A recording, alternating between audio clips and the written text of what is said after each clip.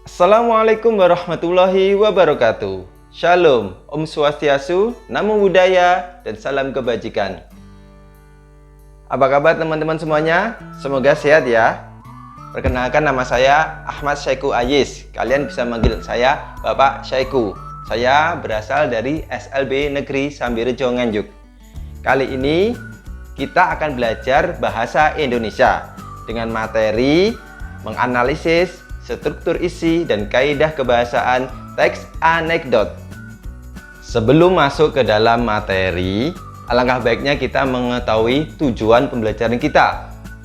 Adapun tujuan pembelajaran kita adalah untuk mengetahui dan mampu mengurai dan menganalisis sebuah teks anekdot dari segi struktur isi dan kaidah kebahasaan. Ya, untuk yang pertama kita akan membahas tentang struktur isi teks anekdot. Sebelumnya kalian pasti sudah belajar ada 5 struktur isi teks anekdot. Yang pertama yaitu abstraksi, yang kedua ada orientasi, yang ketiga ada krisis, dilanjutkan reaksi, dan terakhir koda. Untuk penjabaran pengertiannya, Bapak tidak akan menjelaskan di sini.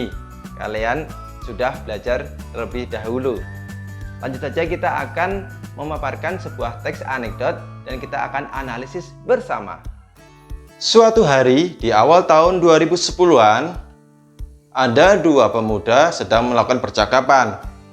Mereka berencana untuk masuk ke kampus favoritnya. Seperti apa percakapan mereka?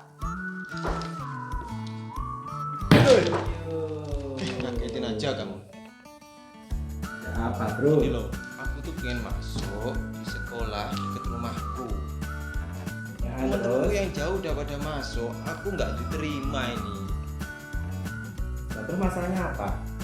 Masalahnya yang diterima di sana itu yang rapotnya bagus, yang berprestasi ya aku. Biasa-biasa aja Ya, aku di pastilah. sekolah. Ya di mana-mana juga gitu. Masalahnya sekarang gini itu loh, namanya. Siswa ke sekolah itu biar pintar. Ya Kalau dong, yang diterima terus? di sekolah yang pintar-pintar, terus yang nggak terlalu pintar kayak aku mau sekolah di mana? Masa harus pindah ke yang jauh? Oh iya. Penjaringan siswa berprestasi memang sangat merugikan bagi siswa karena tidak sesuai dengan semangat kesetaraan pendidikan. Zonasi adalah solusi bagi kesetaraan pendidikan di Indonesia. Semoga pendidikan di Indonesia semakin maju dan jaya. Tetap semangat, tetap belajar. Kita akan mengurai teks yang sudah kita baca dari sisi struktur isinya. Yang pertama kita akan membahas tentang abstraksi. Kurang lebih abstraksi adalah gambaran umum tentang cerita tersebut. Dari teks ini, abstraksi mulai dari kata ini sampai dengan kata ini. Selanjutnya tentang orientasi.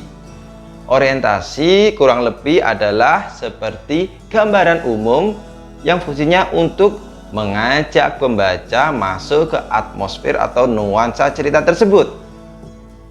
Dari teks ini, orientasinya adalah dari kata ini sampai dengan ini.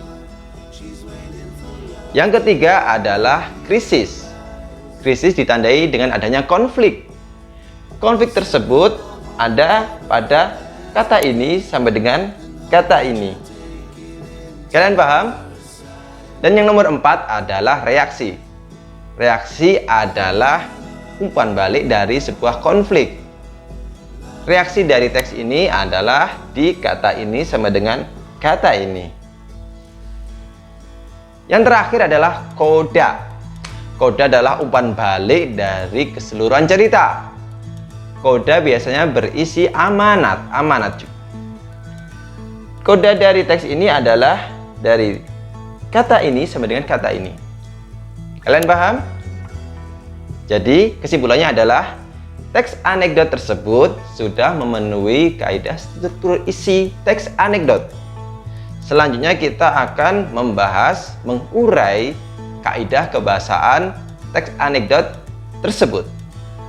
Kita akan masuk ke dalam kaidah kebahasaan teks anekdot untuk teks tersebut. Seperti yang sudah kita pelajari sebelumnya, kaidah kebahasaan teks anekdot juga ada 5 poin. Yang pertama, menggunakan keterangan waktu lampau. Yang kedua, menggunakan kalimat retoris. Yang ketiga, menggunakan kata kerja.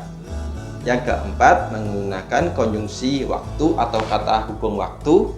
Dan yang terakhir adalah menggunakan kata perintah. Dari teks tersebut kita ketahui bahwasanya di dalam teks tersebut terdapat keterangan waktu lampau, yaitu pada kalimat ini. Juga di dalam teks tersebut terdapat kata atau kalimat retoris, yaitu pada kata atau kalimat ini. Dan yang ketiga, di dalam teks tersebut juga mengandung konjungsi waktu atau kata hubung waktu. Di sini ada beberapa kata hubung waktu, yaitu ini dan ya. Dan yang nomor 4, di dalam teks anekdot tersebut juga menggunakan kata kerja. Di sini juga cukup banyak kata kerjanya, yaitu. Dan yang terakhir, menggunakan kata perintah. Di dalam teks tersebut juga ada kata perintahnya, yaitu pada kalimat ini. Kesimpulannya, teks tersebut selain memenuhi struktur isi teks anekdot, juga memenuhi kaidah kebahasaan teks anekdot. Kalian telah berhasil mengurai struktur isi dan kaidah kebahasaan teks anekdot. Kalian harus terus belajar dan mengasah kemampuan analisa kalian dengan sering membaca. Kalian bisa membaca buku ataupun membaca berdasarkan website yang ada. Untuk teks anekdot yang terkenal adalah cerita 1001 Malam yang biasanya tokonya Alibaba atau Abu Nawas. Coba kalian searching di Google atau di toko buku. Cukup sekian materi kita kali ini. Sampai jumpa di materi kita selanjutnya. Terus belajar dan jaga kesehatan. Cukup dari Bapak.